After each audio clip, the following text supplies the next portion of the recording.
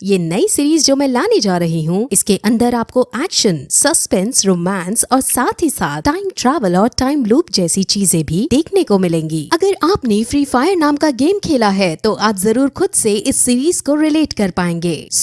Episode की शुरुआत में हमें ग्रेविटी क्लब को दिखाते हैं, जिसके अंदर टॉप 400 प्लेयर्स कम्पीट कर रहे होते हैं। वो सभी ई स्पोर्ट्स प्लेयर हैं और वो आज टॉप 10 में अपनी जगह बनाने के लिए एक दूसरे से लड़ रहे होते हैं। ये गेम क्रॉस फायर नाम से है, जो बिल्कुल फ्री फायर के जैसा है। ये गेम अब कंटिन्यू होता है, जिसमें हमारा हीरो, जिसका नाम लूजी पाई है, वो एक एक करके बाकी प्लेयर्स को मारने लगता है। उसकी गेमिंग स्किल्स बहुत ज्यादा अच्छी थी और वो बहुत शानदार तरीके से गेम खेलने के बाद टॉप 10 में अपनी जगह बना लेता है। अब लूजी पाई अपने दोस्त से बात करता है, जहाँ से हमें पता चलता है कि असल में यहाँ दो टीम कम्पीट कर रही थी, जिनका नाम टीम ए और टीम बी है। अब टीम ए और टीम बी को मिलकर कंपनी ने टॉप 10 प्लेयर्स चूज कर लिए थे। अब इन टॉप 10 प्लेयर्स का मैच कल होएगा और अब इनमें से टॉप 5 प्लेयर्स चुने जाएंगे। ये टॉप 5 प्लेयर्स कंपनी को नेशनल लेवल पर रिप्रेजेंट करेंगे। असल में कल जो मैच होने वाला है, उसमें कंपनी वाले चाहते हैं कि टीम ए जीते, क्योंकि टीम ए के अंदर किंग नाम का बच्चा है। किंग कंपनी के हेड का बच्चा है और कंपनी का हेड किंग को नेशनल कंपटीशन में खिलाना चाहता है। कंपनी अब टीम बी को चेतावनी दे देती है और कहती है कि तुम्हें कल के मैच में हारना होगा। लेकिन लूजी पाई कंपनी के इस भेदभाव करने वाले बिहेवियर से बहुत दुखी है। वो चाहता है कि स्किल्स के बेसिस पर टीम चुननी चाहिए। लूजी पाई एक हैंडीकैप बच्चा है, यानी उसके पैर पैरालाइज्ड हुए पड़े हैं। वहीं दूसरी तरफ हमें एक और आदमी दिखाते हैं, जो छोटी छोटी गलियों वाली एक बस्ती में रहता है। उसका नाम जी फेंग है और वो बहुत गरीब है। वो सुबह सोकर उठता है और अपनी साइकिल उठाकर घर से बाहर जाने लगता है। बाहर जाकर वो एक सजी धजी गाड़ी देखता है, जिसमें एक दूल्हा दुल्हन बैठ कर जा रहे थे।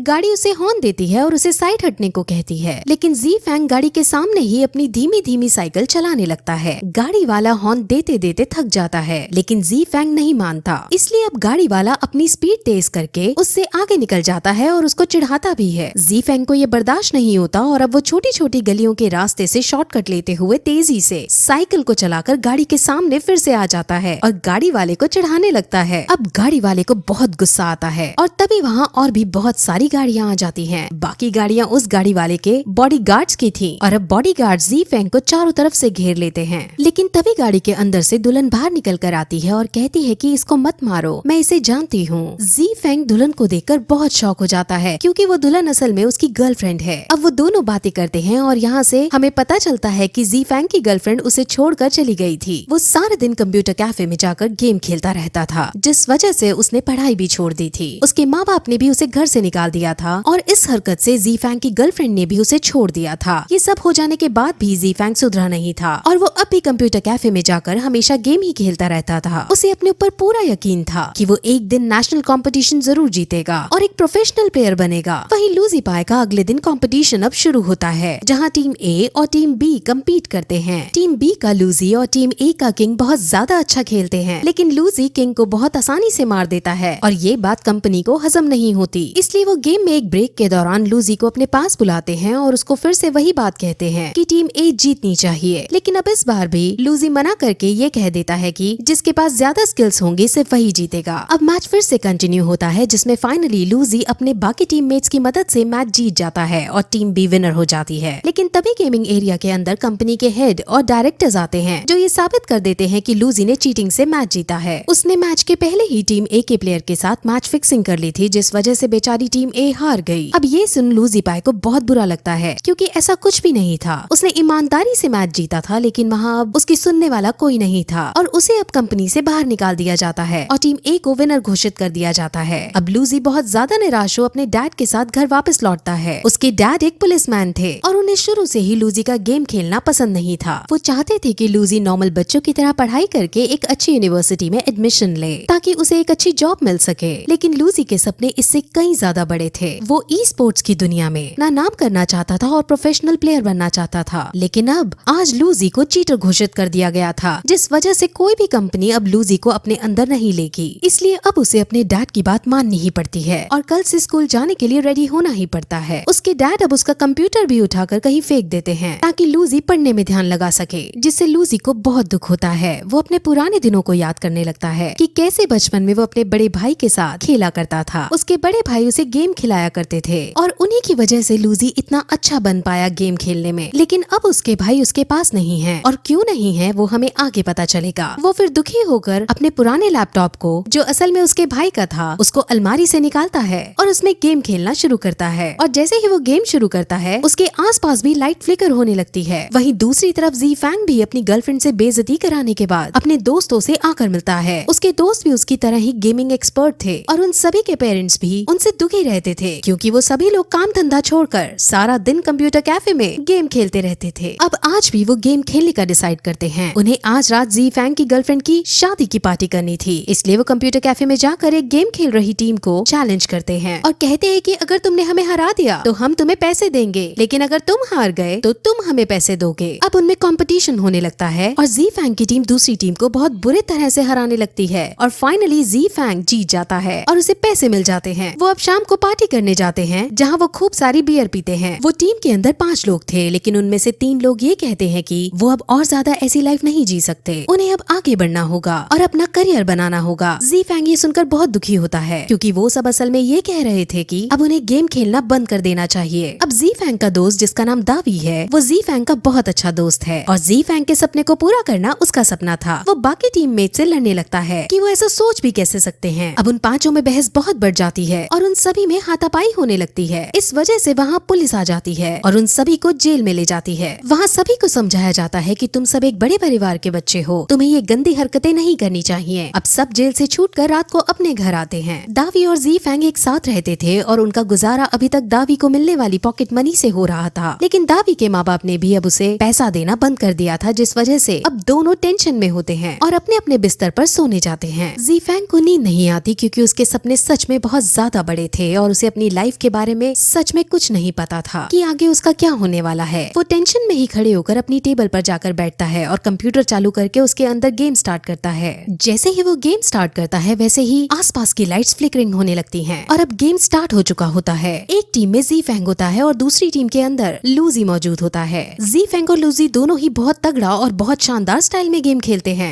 दोनों के स्कोर्स बराबर चल रहे होते हैं और अब दोनों को जीतने के लिए सिर्फ एक एक पॉइंट चाहिए होता है। दोनों आमने सामने खड़े थे और अब दोनों में हैंड टू हैंड कॉम्बैट शुरू होता है, जिसमें अब वो लड़ाई करने के बाद एक दूसरे को मुक्का मारते हैं और मुक्का मारते ही उन दोनों की ही स्क्रीन ब्लैक आउट हो जाती है। उन दोनों को स्क्रीन में कुछ नहीं दिखता, लेकिन दोनों को एक दूसरे की आवाज सुनाई दे रही होती है। वो दोनों एक दूसरे से बात करते हैं और पहले तो दोनों एक दूसरे की स्किल्स की तारीफ करते हैं और फिर एक दूसरे का नाम पूछते हैं। जी फैंग अपना नाम जी फैंग बताता है, लेकिन लूजी को यकीन नहीं होता। जी फैंग असल में उसके शहर का ई स्पोर्ट्स विनर रह चुका होता है। जी फैंग ने कुछ साल पहले नेशनल स्पोर्ट्स टूर्नामेंट जीता था। उन दोनों की बातों से हमें पता चलता है कि दोनों एक शहर निंगजियांग के अंदर रहते हैं। लूजी को ये बिल्कुल यकीन नहीं होता कि ये वही जी फैंग है जिसने टूर्नामेंट जीता है। असल में जी फैंग नाम के टूर्नामेंट जीतने की वजह से ही इस शहर में ई स्पोर्ट्स बहुत फेमस हुआ था। लूजी कहता है कि जी फैंग का गेमिंग नेम 7 था, जिस पर जी फैंग कहता है कि 7 तो मेरा गेमिंग नेम है। असल में अब जी फैंग को तो ये लग रहा होता है कि ये कोई बच्चा है और इनडायरेक्ट वे में मेरी तारीफ कर रहा है, और वहीं लूजी को ये लग रहा था कि ये कोई मेरे साथ प्रैंक कर रहा है। जी फैंग पूछता है कि तुम और क्या जानते हो जी फैंग के जीते हुए टूर्नामेंट के बारे में। इस पर लूजी कहता है कि उसे सिर्फ 2 चीज याद है। पहली ये कि जी फैंग टूर्नामेंट जीता था और दूसरा ये कि उस टाइम ओलंपिक्स चल रहे थे और एक मशहूर एथलीट लियू जियांग ने अपना नाम ओलंपिक से विड्रॉ कर लिया था। अब ये सुनकर जी फैंग को थोड़ा अजीब लगता है, क्योंकि लियू जियांग ने तो अभी ओलंपिक्स में पार्टिसिपेट किया ही नहीं था और ओलंपिक कुछ दिनों बाद होने वाले थे। जी फैंग कहता है कि तुम क्या ये बहकी बहकी बातें कर रहे हो, तुम्हें आज की डेट भी पता है कि क्या है। लूजी फिर उसे आज की डेट 17 अगस्त 2019 बताता है। अब ये सुनकर जी फैंग बहुत ज्यादा शॉक हो जाता है और कहता है कि आज की डेट तो लेकिन 17 अगस्त 2008 है। अब इससे पहले कि वो और भी कुछ बात कर पाते, उनका कनेक्शन कट हो जाता है और दोनों को एक दूसरे की बात सुनना बंद हो जाता है। अब फिर अगले दिन लूजी अपने स्कूल जाता है, जहाँ वो अपनी बेंच पर जाकर बैठता है। तभी उसके क्लास के बच्चों को पता चलता है कि एक नई लड़की का एडमिशन हुआ है और वो एक एथलीट भी है। वो सभी बच्चे उस लड़की को तंग करने के लिए क्लास में एंट्री करने वाले सभी दरवाजे बंद कर देते हैं ताकि वो लड़की अंदर ना आ सके, लेकिन वो लड़की उनकी इस चाल को समझ जाती है और वो खिड़की खोलकर सभी बेंचेस पर चढ़कर अंदर आ जाती है और लूजी के पास आकर बैठती है। वो बहुत स्टड लड़की थी और सीट पर बैठने के बाद वो तुरंत सो जाती है। उसका नाम चूगे है। वही 2008 के अंदर जी फैंग के पास उसकी मॉम का कॉल आता है, जिसमें उसे पता चलता है कि उसके मॉम डैड का घर टूट गया है और इसमें उसके पापा भी घायल हो गए हैं। जी फैंग दावी को लेकर सीधे हॉस्पिटल के अंदर जाता है, जहाँ वो अपने डैड को घायल हुआ पाता है। वो अपने डैड के पास जाता है, लेकिन अब इस बार भी उसके डैड उसे नालायक कहते हैं और उसे कुछ काम धंधा करने को कहते हैं। जी फैंग को बहुत बुरा लगता है और वो बाहर निकल जाता है। उसकी मॉम अब उसे संभालती है और उसे एक बैग देती है और कहती है कि ये तुम्हारे पापा ने तुम्हारे लिए खरीदा है, तुम इसको पहनकर जॉब पर जाना। लेकिन ज़ीफैंग साफ मना कर देता है और फिर टूटे हुए घर को देखने जाता है। वहाँ ज़ीफैंग के पास दावी की गर्लफ्रेंड का कॉल आता है जिसमें वो उसे अपने पास आने को कहती है। ज़ीफैंग दावी की गर्लफ्रेंड से मिलने जाता है और उसे वहाँ पता चलता है कि दावी की शादी इससे होने वाली थी, लेकिन दावी ने इनकार कर दिया था क्योंकि उसे तुम्हारी मदद करनी थी। वो तुम्हारे सपने को पूरा करने के लिए शादी तक नहीं कर रहा, जो कि मैं नहीं चाहती। मैं उससे प्यार करती हूँ, इसलिए तुम प्लीज उसकी लाइफ से दूर चले जाओ और उसकी शादी मुझसे हो जाने दो। अब ये सुनकर ज़ीफैंग को बहुत बुरा लगता है। वहीं 2019 में लूजी जिम के अंदर आता है जहाँ उसे अपना दोस्त चैंग हाओ मिलता है। चैंग हाओ जिम में लड़कियों से फ्लर्ट कर रहा था और चैंग हाओ असल में एक स्पॉट प्लेयर था जिसकी गेमिंग स्किल्स अच्छी खासी थी। वो चैंग हाओ के साथ गेमिंग सेंटर में जाता है जहाँ उसे एक वैंग कई नाम का एक बच्चा दिखता है। वैंग कई भी एक बहुत अच्छा प्लेयर था और वो वहाँ खड़े सभी लोगों को चैलेंज कर रहा था कि किसी में दम हो तो मुझे हरा कर दिखाओ। असल में वैंग कई बहुत बढ़िया प्लेयर था और जिसको वो हरा देता था उसकी काफी ज्यादा बेइज्जती की जाती है, इसलिए किसी में हिम्मत नहीं रही थी वैंग काओ को चैलेंज करने की। लेकिन तभी लूजी चैंग हाओ को धक्का दे देता है जिससे वैंग कई को लगता है कि ये मेरे को चैलेंज कर रहा है, इसीलिए अब वो जबरदस्ती उसके साथ अपना कल का मैच फिक्स कर लेता है। अब अगर चैंग हाओ खेल छोड़ेगा तो उसकी डबल बेइज्जती होगी, इसीलिए वो कुछ नहीं कर पाता। वही 2008 में ज़ीफैंग कंप्यूटर कैफे में जाकर एक टीम के पास जाता है और कहता है कि मुझे अपनी टीम में ले लो। ज़ीफैंग का वो लोग टेस्ट लेते हैं और उसे खेलने को दिया जाता है कि ज़ीफैंग पहले की अपनी पुरानी टीम के टूटने से दुखी था, इसीलिए वो अच्छे से नहीं खेल पाता और वो लोग उसे अपनी टीम में नहीं लेते। वहीं अब वैंग कई और चैंग हाओ के बीच में गेम अरेंज होता है जिसमें चैंग हाओ हारने लगता है। अब चैंग हाओ के पास सिर्फ 2 चांस बचे थे, जिस पर अब लूजी वहाँ आता है और चैंग हाओ की जगह खुद खेलता है। वो उन 2 चांस में ही वैंग कई के खिलाफ इतना बढ़िया खेलता है कि वैंग कई बुरी तरह हार जाता है।